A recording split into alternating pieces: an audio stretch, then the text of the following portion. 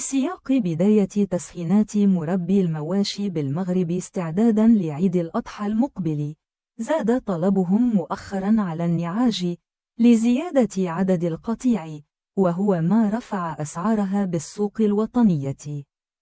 وكشفت مصادر مهنية أن أسعار النعاج فاقت 5000 درهم بالسوق الوطنية، لتصل إلى مستويات قياسية بالنظر إلى ارتفاع الطلب مقابل تواضع العرض الوطني منطق السوق، في وقت شككت فيه الجمعية الوطنية لمربي الأغنام والماعز ANOC في هذه الأرقام.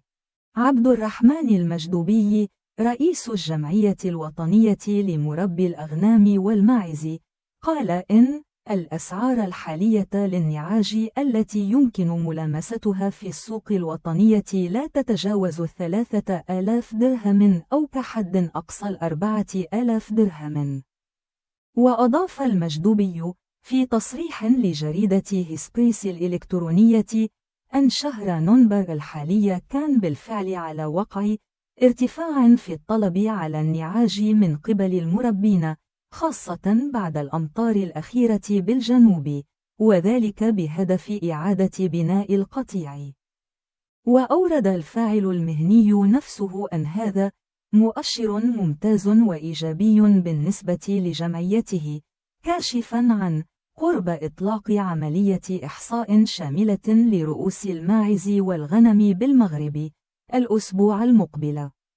وتابع: من خلال هذه العملية سنعرف العدد الحقيقي للنعاج، وأيضا طبيعة الوضعية الحالية، مشددا على أن ارتفاع أسعار النعاج حاليا هو أمر إيجابي بالنظر إلى رغبة الكسبين في إعادة بناء القطيع، وهذه الزيادة يحتمل أن لا تفوق 1000 درهم. واعتبر المجدوبي أن الحديث عن إمكانية وصول سعر النعاج حاليا في ظل ارتفاع الطلب إلى مستويات قياسية يحتمل أن يكون استثناء فقط وليس القاعدة العامة. من جهته كشف علاء الشريف العسري مربي ماشية بمدينة القصر الكبير عن وجود ارتفاع قياسي في أسعار النعاج بالمغرب خلال شهر نوفمبر الجاري. وأضاف العسري في حديث لهسبريس أن هذا الارتفاع راجع إلى رغبة حثيثة للكسبين في شراء هذا الصنف، وذلك لبناء وزيادة رؤوس القطيع استعدادا لعيد الأضحى المقبل. وتابع: هذه الزيادة امتثلت لقاعدة العرض والطلب، حيث الأخير مرتفع مقابل تراجع الأول بسبب ظروف الجفاف التي قضت على حجم الكسيبة.